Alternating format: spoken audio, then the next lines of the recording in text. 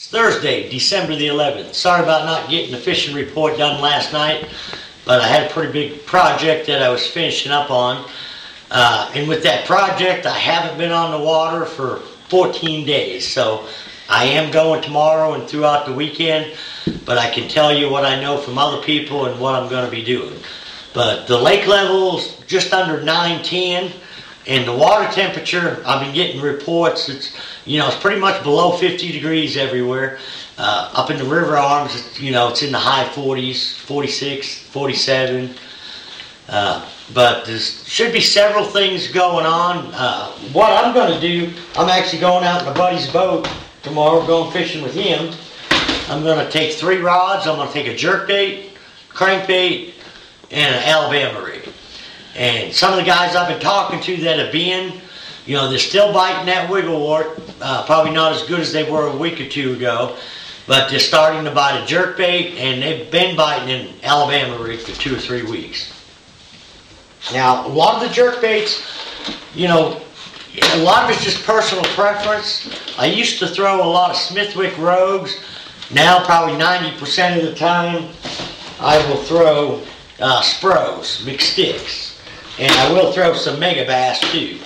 And now the Spros will go a little bit deeper, and both the Spro and the mega bass throw real well. Now the one I've got tied on that I've been throwing before I got into my construction project, it was kind of like an Aurora Black. And on the Spros, I don't know if you can see it, but I use a little bit of solder on the hooks to weight the bait, to get it to suspend just neutral or sinking just a little bit. When the bait's setting dead still, I don't want any rise to it. I want it to sink just a touch. In the Spros, I usually have to put the weight on the front hook. The reason I have to put it on the front hook is the Spros will normally set a little tail heavy. So by putting the extra weight on the front hook, it kind of helps level the bait out. I like the bait when it's setting dead still to be as level as possible. Now on the mega basses, they tend to float nose heavy when they're setting still. So I put the additional weight on the back hook. I used to use suspender dots and strips, but a lot of times when it's cold out, they don't stick to the bait real well. So, and I don't actually know what size solder this is, but this is lead solder, real thin wire diameter. And I'll take off about 3 or 4 inches and just hook it into the eye of the treble hook and make a wrap or two. Drop the bait in the water and see how it's setting, or suspend rising or dropping. Then I'll just pinch it off till I get it where I want it. Then I'll take the excess wire and just wrap it up tight on the hook on the upper part of it. That way it's out of the way. Now most of the time I'm throwing a jerkbait, I'm usually throwing on a 10-pound line, and I do use fluorocarbon. Some guys use mono. I don't really think it matters. I think I just got a little bit better feel with the fluorocarbon.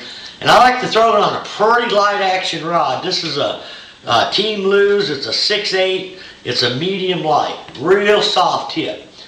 Now, if I was taller, I would probably throw it on a 7-foot rod so I could get longer casts. But with my height, the 6/8's about right. That way I can twitch the bait without slapping the water with it.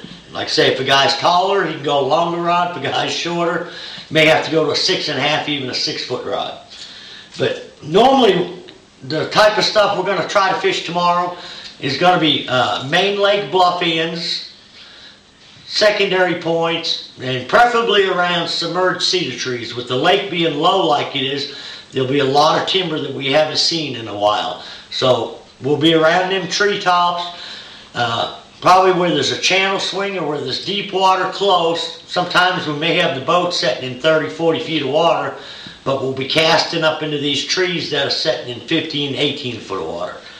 And the water's still pretty warm, so we shouldn't have to let the bait set too long. But what I'll do is I'll cast it out, crank it down, twitch it a couple times, maybe let it set 3 to 5 seconds between pauses, and just twitch the bait, let it set.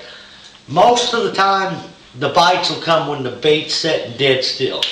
Now we haven't had any rain, so pretty much the lake is real clear throughout. Some of my favorite colors on the mixed stick. Now there's Norman Flake. Man, it's got some good hooks in it. It's a Norman Flake. It's a white with a kind of a bluish purple back.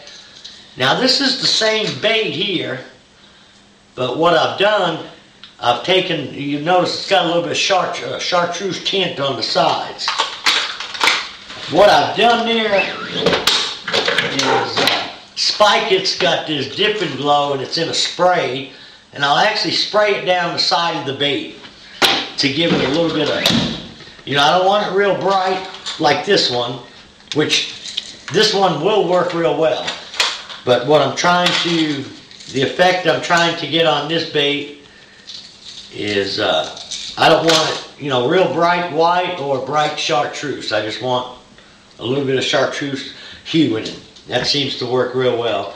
In the Spros, they come with good hooks, so you can fish them right out of the box, but you'll find that right out of the box, most of them, they're buoyant. Instead of being neutral buoyancy, they'll actually float up. And the reason that is because the colder the water gets, the more denser the water is, and the bait will float different. So they make all the baits where they rise just a little bit to where you got to add weight onto them. We're probably going to fish from, say, Indian Point to Joe Ball area, but a lot of the same stuff should be going on throughout the lake. I understand there's a good deep bite going. Some fish being caught on a drop shot, some on an ice fishing jig and a spoon. But, we're going to stay mainly shallow tomorrow. We're going to throw crankbait, spinnerbait, Alabama rig, and jerkbait. Just kind of mix it up. So next week, guys, I should have a lot more, not so much an accurate, but a first-hand report on what I've done the next 3 or 4 days. So till next week, good luck, good fishing.